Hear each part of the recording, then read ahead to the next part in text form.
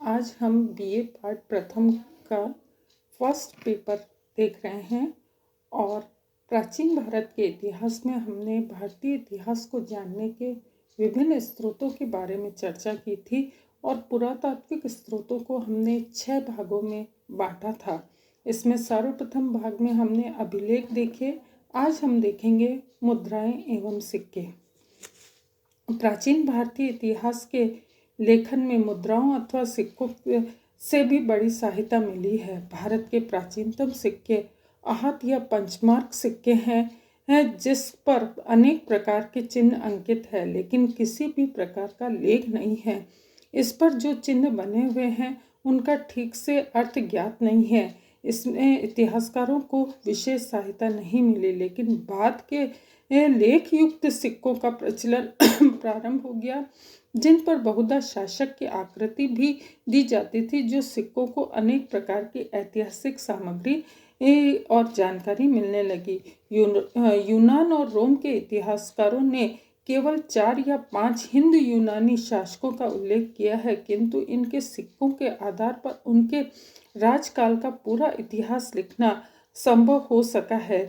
200 ईसा पूर्व से लेकर 100 ईसा पूर्व के मध्य लगभग 30 हिंदू यूनानी शासकों ने पंजाब प्रदेश पर शासन किया और उसके विषय में जानकारी केवल सिक्कों पर ही आधारित है। पांचाल के मित्र शासकों मालव तथा यौधेय आदि गणराज्यों का पूरा इतिहास उनके सिक्कों के आधार पर ही लिखा गया है।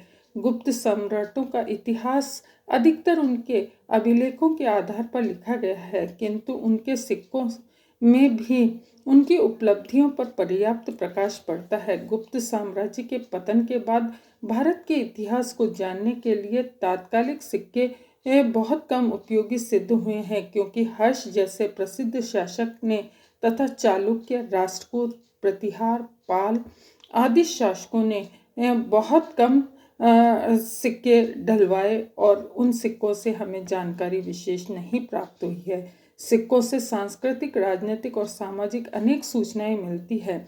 सिक्के यदि बड़ी संख्या में एक स्थान पर मिलते हैं तो अनुमान लगाया जाता है कि सिक्कों का प्राप्ति स्थान उस शासक के राज्य का भाग था। सिक्कों पर मिलने वाले राज्य के नाम, विरुद्ध, तिथि, राज चिन्ह अथवा धर्म चिन्ह आदि से इतिहास में राजाओं के वंश वृक्ष, उनकी उपलब्धियां, उनके शासनकाल, उनके राजनीतिक एवं धार्मिक विचार निश्चित करने में सहायता मिलती है।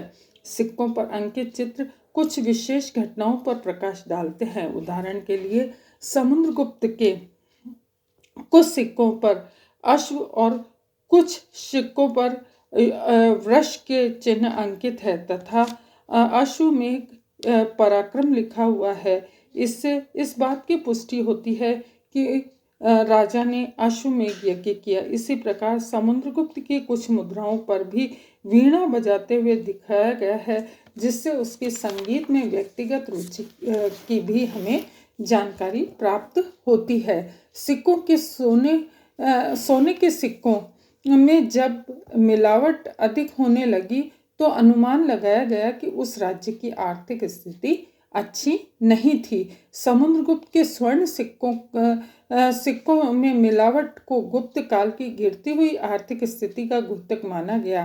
शक शासकों की मुद्राओं का शासक के साथ युवराज का नाम भी लिखा गया है, जिससे उसके उत्तराधिकार क्रम को जानने में भी सहायता मिलती है। राजाओं की धार्मिक उपलब्धियां भी उनके सिक्कों से कभी कभी ज्ञात होती है। सिक्कों के पृष्ठ भाग पर जिस देवता की आकृति बनी हो उसके शासक के धार्मिक विचार जाने जाते हैं। कुषाण शासक कजुल कदफिसिस को उसके सिक्कों के आधार पर सत्य धर्म स्थित कहा गया है, जिससे ये ज्ञात होता है कि वह बौद्ध धर्म का अनुयायी था। विम कदफिसिस के सिक्कों पर त्रिशूल, नंदी, शिव की आकृति मिलती है। कनिष्क की मुद्राओं में पहली बार बुद्ध के चित्र को अंकित पाया गया है। इसके अलावा मुद्राएं भी भारतीय इतिहास को जानने का एक प्रमुख साधन है। प्राचीन काल में मोहरें मिट्टी और धातु की दोनों की बनी होती थी। प्राय इन पर किसी नरेश, सामंत, पदाधिकारी, राज्य, निगम, व्यापारी अथवा व्यक्ति विशेष के नाम और हस्ताक्षर होते थे। सबसे पुरानी मोहर सिंधु सरस्वती सभ्यता के विविध स्थानों पर प्राप्त हुई है। वे हजारों की संख्या में है।